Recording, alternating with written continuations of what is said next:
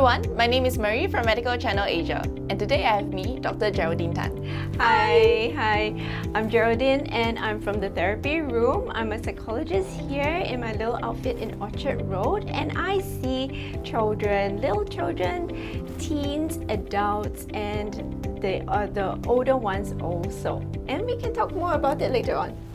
So you were saying that a lot of times psychiatrists and psychologists work together, right?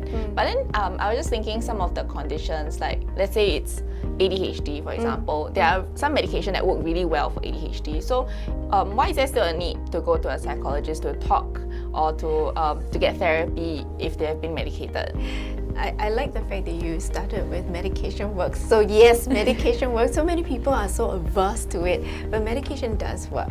But we work hand in hand because when you have an ADHD brain, right, a lot of things are very disorganized, it's all over the place, and you've lived with this brain for so long. Your body is used to a certain behavior. So despite the medication that calms the whole system down, you still don't have the techniques to help yourself. So that's when we sit in the session and work through techniques. So now then the organization makes sense, or creating a routine is a bit easier with the medication, and you can do it a bit more proficiently, and we keep working on that so that you have muscle memory. You're creating and training new muscles inside your brain and in your body. Yeah, that's why it's very exciting to work with them, because you really see the changes by leaps and bounds. So I remember this client that came from Indonesia, and she was finding it so difficult. She's in her adulthood, and she was trying to start a business. But my goodness, it was so difficult for her. She couldn't lose weight, she couldn't do her work properly or set up her business properly, but she's a brilliant chef. So she would do little projects, and she would be a home chef. She would go and she would have this lavish feast, or cook this lavish feast for people. She said, but I still cannot do anything else. I'm a failure, I feel horrible, my self-esteem is down. So she took the medication, felt much better, and we started to plan. We had timelines, we have deadlines, we have things that she can look out and complete it, and finally she could complete it. So she's now not only running one business, she's running 3 businesses. Isn't it awesome? Yeah, it is. Yeah, so the excitement comes from, oh my gosh, we can do so much. So I think one of the main questions that a lot of people have about psychology is that what's the difference between psychology and psychiatry, right? Like, they're all talking about the mental health conditions and stuff like that. So what exactly is the difference that you do? Psychologists, psychiatrists are medical doctors, so they are the ones that can prescribe your medication. Psychologists cannot, so we have never gone to med school. Most of us have never gone to med school, and we just study the works of psychology all the way. Yeah, and the different frameworks also. So for psychiatrists, they do the prescribing of the medication, right? Yes. Do they do therapy as well? They can. So if they have gone for courses or have modules that cover psychotherapy and all the different counseling techniques, they can do it in their practice. Most choose not to, because each counseling session takes quite long. If they can see someone for 15 minutes and get the same amount, I think they would do that. Being very practical here. Yeah, so usually they will refer their patients to a psychologist like yourself. Yes. So they would do the referral, so we tag team with them. They look after the chemical part of things, and we look after the more treatment or the psychotherapy part of things. If not, they also refer for testing. So all your psychological testings, like your IQ test for learning disorders, personality disorders. Someone has an accident, and there's a neurological issue. They refer for neuropsych testing.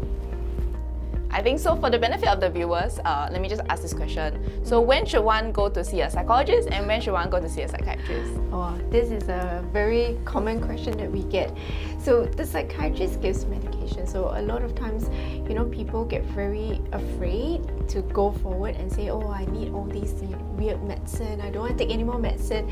But they also don't want to come to psychologists because they say, am I crazy? Right? So the best bet that I teach the family members is to bring them to the GP, where the GP knows that you're uncomfortable, you've seen your GP for many, many times, and GP will make the assessment and do the referral. Yeah, so if he feels it's severe enough for medication, they will refer to the psychiatrist, otherwise to the psychologist. So if someone were to be referred to a psychologist, right, what would they kind of expect when they come in for the first session? Well, it depends on what they are referred for. If they're referred for like counseling, so it's talk therapy, or the different kinds of therapy like play therapy, art therapy, so it really depends. But it also could be maybe they're having issues in school, learning issues, so it could be for testing. So you will see the big briefcase that we have, or if it's a computerized test on the computer itself. So what we'll do is they'll come in for a consult and they'll sit with us and we'll find out all the details, all their struggles, and then we would let them know, okay, what are the next steps to do. Is there any special thing that one can do before they go for their first session? It's not taking examination, It's more, you come and you bring yourself. That's it. Really, just let us know your struggles, let us know your difficulties so that we can help you. I think many people are very concerned about going in. Yeah, so a lot of people are so worried, like, okay, maybe I need to do a survey first, or maybe I need to prepare anything. Do I need to bring my IC? So my setup is a private setting. You don't have to bring all the different documents, but we can, if you have a learning issue, you can bring evidence of the messy handwriting and things like that for us to see. So after they go for therapy for a while, right? Yeah. Is there any point where they can graduate? Like they don't have to come back? We have brief therapy for about like 8 to 12 sessions. So that's kind of like a gauge for most people. But I do have clients that have come for years and years and years. So whether they graduate or not, sometimes they feel that they have gotten past that issue. So they graduate from that issue and they move on.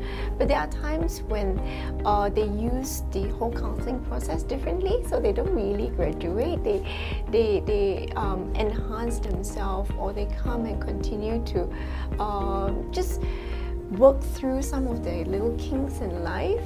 Yeah, but many of them, they will say, I don't want to go anymore, I just want to get out of here, so I get better and get out. Yeah, but we also know that actually therapy is not only for people with mental health conditions. Yeah. Anybody who just wants someone to talk to, or wants someone to kind of like figure things out together with them, right? They'll be able to go for therapy. Yeah, it's strange how you put it, mental health issues. So you don't only come when you have an issue. We all need to look after our health, physical health. So you go for your health checks, right? Every year or every 2 years, or your dental health checks twice a year. I hope we all go. So mental health is the same thing. We need to look after and keep it in pristine condition. So you don't go only when you have an issue. You have to go when you have an issue, but you go also when you don't have an issue, just to clean up certain things.